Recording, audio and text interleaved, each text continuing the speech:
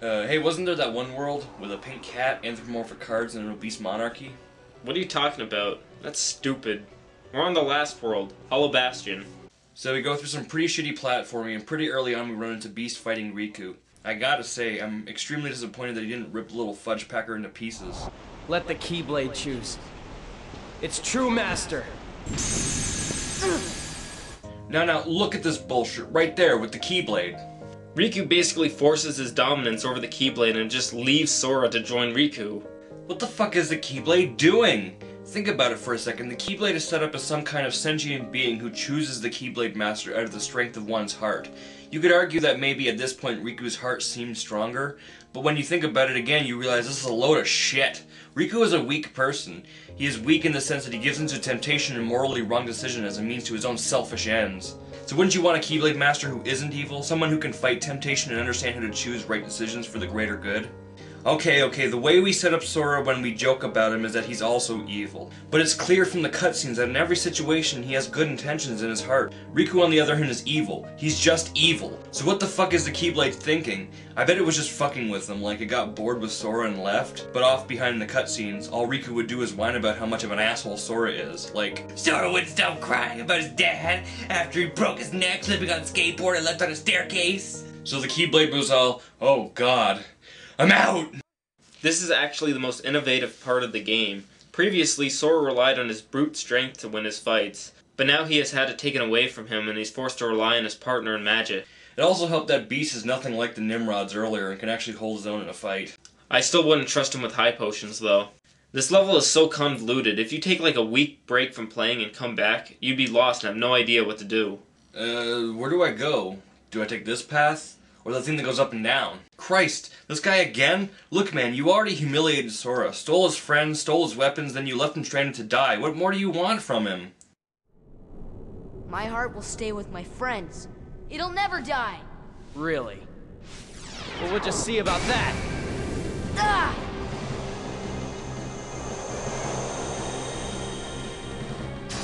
Sora!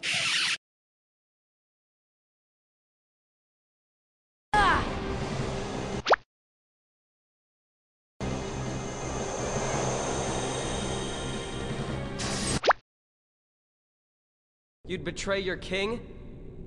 Not on your life. But I'm not gonna betray Sora either.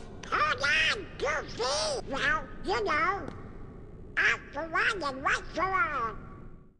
Oh, fuck, these assholes are back. I don't see how this is touching. Sora, Donald, and Goofy have never really had any scenes where they developed their friendship, other than like one time, and that really wasn't enough.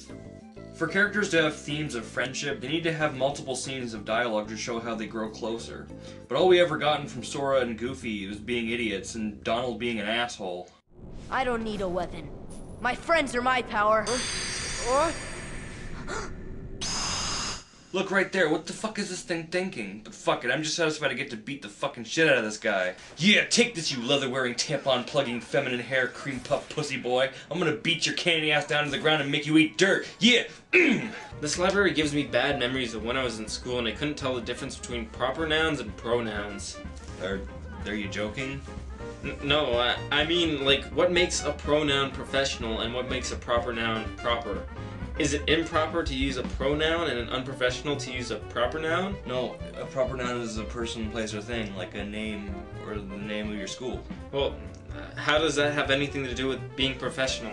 It has nothing to do with being professional, dumbass. Then why is it called a pronoun? I don't know, do I look Greek? This part of the game is so fucking frustrating. Why do they have me fight these gargoyles on such a tight space? It's not fun! Well, these frustrating levels are in every good game. I think what makes a game awesome is comparing one level that burdens the experience but makes everything else better by comparison. Like the Water Temple from Ocarina of Time or the Sora boss fight from MGS3. Dude, don't even compare Kingdom Hearts to Metal Gear Solid 3. Yeah, you're right. What was I thinking? Kingdom Hearts is not even in the same league as Metal Gear Solid 3. Oh, Riku, did you just come back from your hula dance lesson? Sora and the group run into Maleficent and engage in Keyblade warfare. So where did you find that Keyblade? Did you find it in the closet? Yeah, the dragon fight with Maleficent is pretty exciting. So, why is Alice here? She isn't really a princess. You know who was a princess? Ariel. So why wasn't she here? She was a fish person. She would have died above water. She'd be fucking flopping around everywhere. Yeah, but they could have had the Atlantica part like in the movie, and then she could have turned into a human at the end, and then get abducted. Who are you? It is I, Ansem, the Seeker of Darkness. But you see, I calls you handsome. Now I like you, and I want you. So we can do this the easy way or the hard way. So you beat Terranoid Ansem Riku, and Sora engages in a rather stupid plan to get Kairi's heart back. A keyblade that unlocks people's hearts. Notice how they say a Keyblade now instead of the Keyblade? Hold it. What is he thinking? How does Sora plan on closing the keyhole if he's dead? Was he expecting that stabbing himself wouldn't kill him? Also, if he dies, who's going to finish off Ansem? Donald and Goofy? Sora, you need a better plan. Don't leave me with Goofy! So, expectedly, Ansem instantly comes back to kill Donald, Goofy, and Kairi, but Riku saves the day. Oh, so after kidnapping 7 defenseless women and being indirectly responsible for the deaths of millions, it takes being possessed to finally realize that darkness is a bad thing. Sora is now heartless and goes to find his friends. When Sora finally gets to them, Donald tries to shoo him away instead of treating him like every other Heartless they've come across and kill him without hesitation. But plot convenience saves the day because Kairi uses the heart of the cards or whatever. So, how many plot holes is that now? 1. How does Sora plan to save the world if he had died? 2. Why didn't Donald and Goofy kill him on the spot? 3. How did Kairi save him? 4. How did Kairi know it was Sora when he looks like every other Heartless in the game? It could have been like a regular Heartless, and the moment she hugged him, it fucking started ripping her face off. And don't you stupid fanboys give me some shit about their hearts being connected or some stupid crap like that. 5. Alice isn't a princess. Riku's Keyblade must have been born of the captive princess's hearts. This Keyblade was made out of princesses' hearts? You know, this really, once again, hurts the mythology of the Keyblade if anyone can just make a Keyblade. They basically built the Keyblade as some kind of mythical device, and this character we have no experience with just pulls one out of his ass. When I turned into a Heartless, you saved me, remember? I was lost in the darkness. I couldn't find my way. As I stumbled through the dark, I started forgetting things. My friends, who I was. The darkness almost swallowed me. But the love brilliantly established between us through character interaction brought me back. Well, let's go. You can't go. Why? Because it's way too dangerous. Come on, Sora. We made it this far by sticking together. Now it's time to put an end to this. Sora goes back to Hollow Bastion for the final showdown between evil and, well, you can't really call Sora a good guy, can you? Dude, you made it sound way more dramatic than it actually is. The next level is a large area that looks cool, but it's full of invisible walls and very hard to traverse. It's like the opposite of Traverse Town. Don't you mean Travis Town? We then get a boring fight with the devil, but JRPG fans don't like fighting cool boss fights. They'd rather fight a metrosexual with a bad hairpiece. A meaningless effort. One who knows nothing can understand nothing. Oh, isn't that the truth? This is a pretty cool villain. He has a menacing voice and look, but the game doesn't give this character enough time to grow on us as a villain.